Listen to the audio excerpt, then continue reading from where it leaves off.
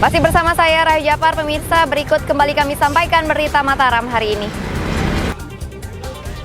Tolak pengeboran bawah laut, warga Gili Indah Lombok Utara demo Pemda.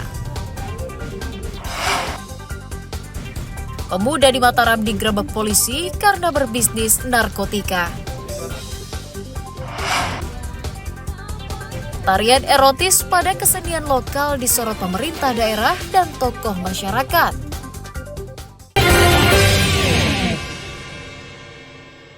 Ini ada nak? Kamu simpan narkoba? Hah? Ada nak? Pemuda berinisial SH 28 tahun diringkus Satuan Reserse Narkoba Polresta Mataram karena berbisnis narkotika di Kecamatan Ampenan. Tersangka diringkus di rumahnya. Atas informasi tersangka, seorang penjaga makam yang ditangkap karena mengedarkan narkoba. Polisi menyita 25,06 gram sabu-sabu, 1 butir pil ekstasi, ponsel, uang tunai, dan timbangan sebagai barang bukti. Tersangka merupakan salah satu pemasok narkotika ke sejumlah wilayah di Kota Mataram. Kami mendapatkan 2 orang terduga pelaku, yang satu saudara SH sendiri dan satu temannya yang kebetulan baru nyampe membawa 1 butir ekstasi yang dibawa dengan cara masukkan ke bungkus rokok.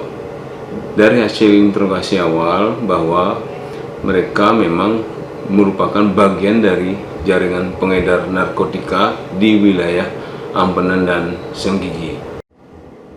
Tersangka nekat berbisnis narkotika karena terbelit hutang. Terus itu dapat barang itu dari mana? Teman. Siapa? Ineknya dari? Lama. Terus subuh ini gimana? Apa perannya dia? Sebagai tamu hari itu. Tamu. Terus? Apa juga? Sebagai tamu. Tamu, katanya dia yang nganterin Inek itu kan? Iya. Tersangka dijerat pasal 112 Junto 114 Undang-Undang RI Nomor 35 Tahun 2009 tentang narkotika dengan ancaman hukuman 5 tahun penjara. Awaludin dari Kota Mataram melaporkan.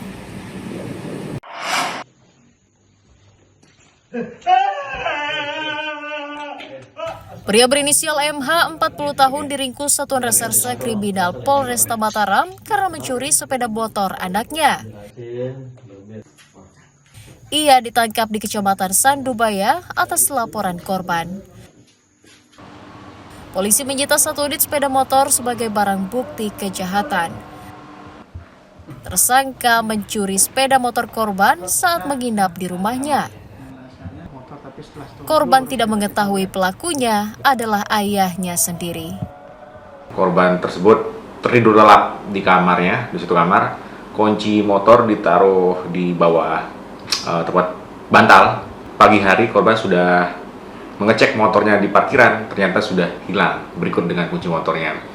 Berdasarkan laporan tersebut, kami unit Transport Polresta Mataram melaksanakan penyelidikan dan mendapatkan barang bukti berikut dengan pengembangan pelaku dan kami tangkap di daerah Karangbate. Pada saat kita baru pengembangan, baru kita tahu pelakunya adalah bapaknya sendiri. Tersangka menggadaikan motor korban 3 juta rupiah untuk membayar utang. Di motor itu sedang gade berapa? 3 juta.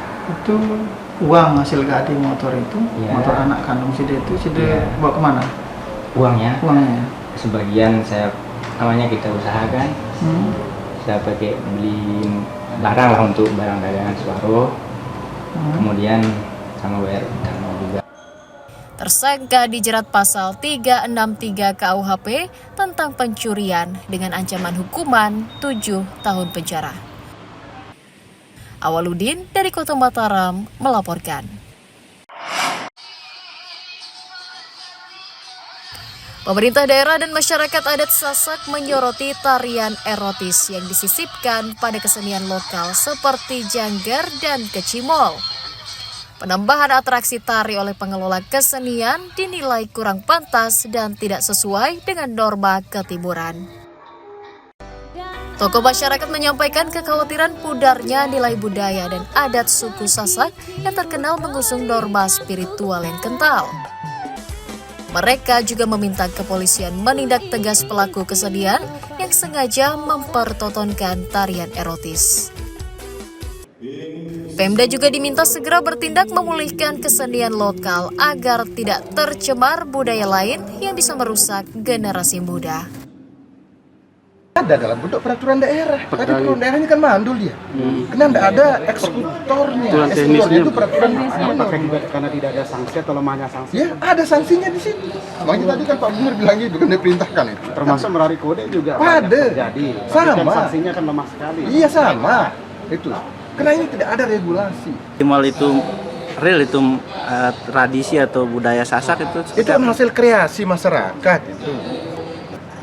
Tinggal sekarang bagaimana apakah kreasi ini dia linear dengan sikap tingkah laku perbuatan kita misalnya. Kalau tidak, mari kita berikan mereka pelajaran. tadi dalam berkesenian katakanlah ada kecimon dan berbagai macam hiburan, ada hal-hal yang oleh majelis adat Sasak sendiri merisaukannya gitu ya. Jadi ada betapa ada hal-hal yang sifatnya porno aksi gitu ya, berkesenian itu dipertontonkan sedemikian kemudian viral dan lain itu di luar dari hal-hal yang bisa dalam arti berbudaya. Itu justru sesuatu yang tidak pantas. Pemda berjanji akan menertibkan kreasi kesenian yang melenceng dari tatanan adat dan budaya dengan menerbitkan peraturan daerah dalam rangka menjaga kelestarian budaya dan kesenian lokal. Dari Kota Mataram, Emi Kusuma melaporkan.